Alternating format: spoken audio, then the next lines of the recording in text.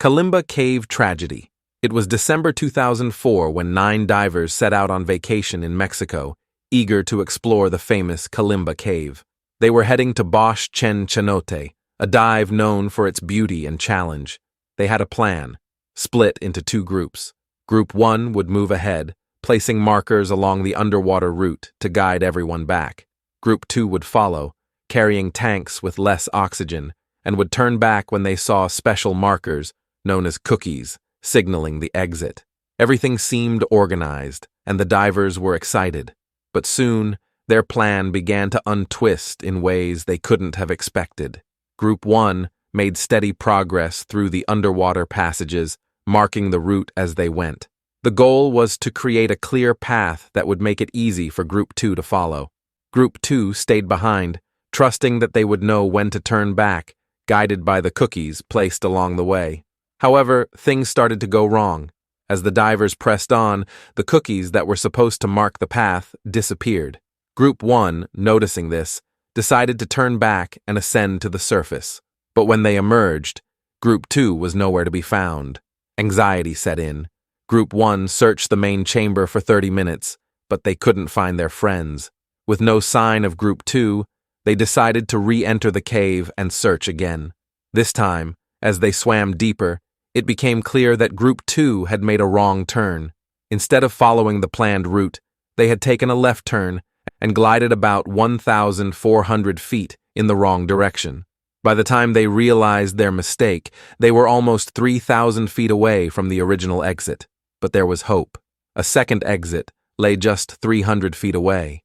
The problem, however, was that a 70-foot gap blocked the way, and there were no markers or guidelines to help them cross it safely. As time ticked by and oxygen levels continued to drop, the situation became increasingly desperate. Kent, one of the more experienced divers, decided to take charge. He grabbed a safety line, prepared himself, and began the difficult swim across the gap. He made progress, but just as he neared the guideline, his safety line wasn't long enough to reach the other side. Frustrated and running out of time, Kent had no choice but to turn back. Back in the tunnel, things were getting worse. Bill, one of the divers, was running dangerously low on oxygen. His tank was almost empty, reading only 200 psi. His friend Jean, realizing the urgency of the situation, quickly shared her emergency mouthpiece with him. Holding his breath, Bill tried to remain composed as Jean pushed past him to go on. But soon, Michael, the least experienced diver in the group, began to panic. His tank pressure was dropping fast, and every stroke seemed harder than the last. As the dark, cold water seemed to enclose him, he struggled to maintain his composure due to his inexperience. Kent, sensing that time was running out, managed to catch up to Michael just in time. He handed him his emergency mouthpiece and tried to calm him down, urging him to steady his shaking hands. With every second that passed, the situation grew more critical. Jean and Bill pressed on ahead, eventually reaching the second exit. But they had only 500 psi left in Jean's tank, and they quickly signaled to the remaining divers that Michael and Kent were still behind. The other divers, their lights flickering and their oxygen running low, turned back to search for their missing teammates. They re-entered the tunnel, diving deeper, until about 250 feet inside, they saw the faint glow of Michael and Kent's dive lights. They swam closer, hoping to find their friends alive. But when they reached them, the scene was tragic. Both Michael and Kent had run out of oxygen. Their tanks had been nearly finished, and they had expired just 5 minutes away from the exit. The Ellison's Cave Incident. It was February 12, 2011, when 10 college students from the University of Florida set out to explore Ellison's Cave. Located on Pigeon Mountain in Georgia, this cave was famous for its dangerous 12 miles of twisting passages and 1,063 feet deep vertical drops. But the students weren't just looking to tour the cave. They were looking for an adventure. Among them were 2 close friends, 20-year-old Grant, a strong and skilled climber, and 18-year-old Michael, who had a passion for exploring. After a tough hike, they reached the entrance of the cave, which was nothing like they had expected. The opening was small and jagged, just wide enough for one person to squeeze through at a time. With helmets on and ropes ready, they stepped into the dark, cold cave. The atmosphere was eerie, damp, and quiet, and their footsteps echoed off the stone walls. As they ventured deeper, the cave became more challenging. Soon, they reached a steep pit that would require skillful rope work to descend safely. The cold water at the bottom made it even more dangerous, but the thrill of the challenge pushed them to continue. Then, disaster struck. One of the students dropped his backpack into a deep pit, about 125 feet down. The backpack contained essential gear, and without it, their plans were at risk. Grant, being the leader, quickly decided to go down and retrieve it. He attached the rope and began his decline into the darkness. As he made his way down, Grant noticed a cold waterfall cascading on the far side of the pit. The sound of the rushing water grew louder and louder. He soon realized that the entire bottom of the pit was covered in the freezing flow. Grant continued, shivering from the cold as the waterfall splashed against him. Then, things started to go wrong. The water was stronger than he had expected, and soon, the rope became tangled around him. Grant tried to call for help, but his voice was drowned out by the roar of the waterfall. Above, Michael and the other students waited, unaware of the danger that was unfolding below. When Michael finally heard Grant's calls for help, he wasted no time. He grabbed the rope and started climbing down to assist his friend. But as he descended into the pit, Michael quickly found himself tangled in the same rope, trapped by the powerful currents of the waterfall. The two friends were now stuck in a freezing struggle, unable to move. Back at the entrance, the other students began to grow worried. They tried calling for help, but it was too late to get the situation under control on their own. After 30 long minutes of waiting, they finally managed to reach the rescue team.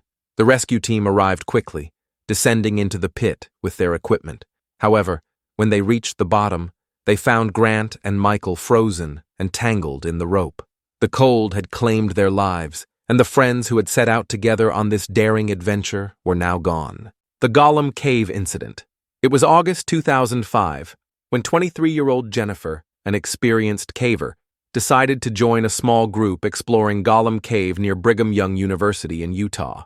The cave was hidden, not a tourist attraction, and not on any map.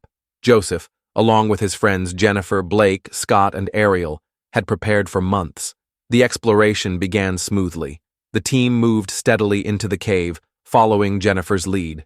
The first major challenge was a narrow, water-filled passage with a secret chamber beyond, a route only a single person could squeeze through. As they advanced, the walls pressed in and water pooled around their ankles. The air smelled stale and musty. Jennifer, leading the way, encouraged the others to remain calm. Reaching the final passage after about 15 minutes of slow, cautious progress, they faced the hardest part, the tiny, water-filled tunnel that stretched for 396 feet, approximately 120 meters, into darkness. Beyond it lay the secret chamber, a hidden space that only a few had ever seen. Jennifer took a deep breath and stepped into the water without hesitation. She slowly sank beneath the surface, and the others watched quietly as the ripples spread. Then her hand popped up out of the water. Everyone felt a mix of relief and excitement in the dark. One by one, they followed. Scott went next, then Ariel, then Blake. Each slid through the tight passage, feeling the cold water press against their skin. The tunnel was disorienting and pitch black. In that narrow darkness, the only guide was the touch of the rock walls. Finally, Jennifer was left alone. He hesitated. Something did not feel right deep within him, but he took a breath and dove in, diving into the dark water determined to follow his friends. On the other side, the secret chamber was even smaller than they had imagined. Water filled most of the space, with only a few feet of air above. Against the slippery, damp rock walls, their headlamps flickered. At first, everything seemed to be going well, but then they sensed something was wrong. The air felt heavy and hard to breathe. Jennifer pressed her hand to her chest as her breaths turned quick and shallow. Scott rubbed his forehead as his head began to pound. They exchanged worried glances. Then they realized it's carbon dioxide.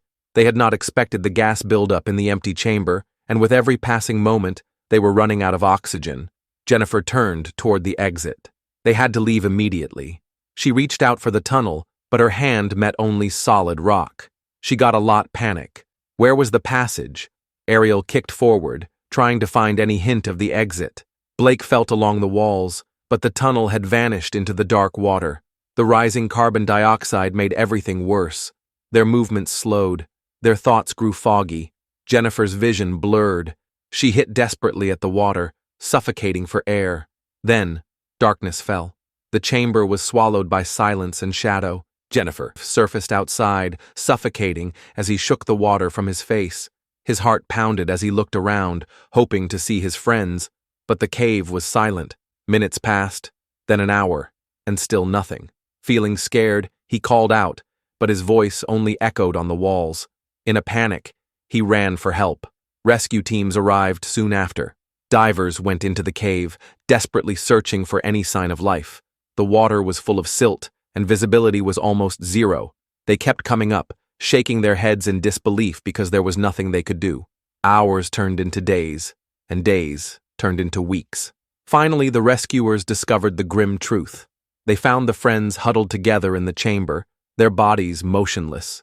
The toxic air and the cramped darkness had taken their lives. The cave was sealed soon after. It now stands as a warning. Some places, no matter how mysterious and attractive they seem, are not meant to be explored. If you like this video, subscribe for similar ones or join me in comments to suggest new topics.